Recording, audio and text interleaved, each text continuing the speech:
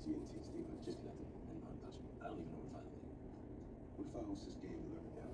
We deal with it face to face. I at least know you there. That's true. And I'm not letting anyone stop me from doing my thing in my city or control me.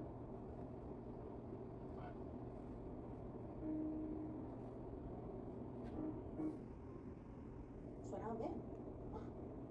No, I don't really play. Steven does. You miss him. More than I thought I would. I mean, we FaceTime, but it's not the same. And the one person I'd like to talk to about it isn't here. You mean your tia? Okay. I don't want you to think I'm crazy, but I might have a strange suggestion. That's my favorite kind. If you're feeling lost, there are ways to know what's meant to be by looking inside yourself. Yeah, Mike needs to have his time with you every day. About psychedelics. It was the last time I did drugs. I put on a one-man musical on my engagement party. No. And he needs to understand that Adriana, she helps you face the past. he literally just likes a lap. He don't care. By long distance, including me. She told you your future? She gave me guidance about what was next for me. If you're already feeling lost, what do you have to lose? He do not care. Oh, this was Fallon's office. It is.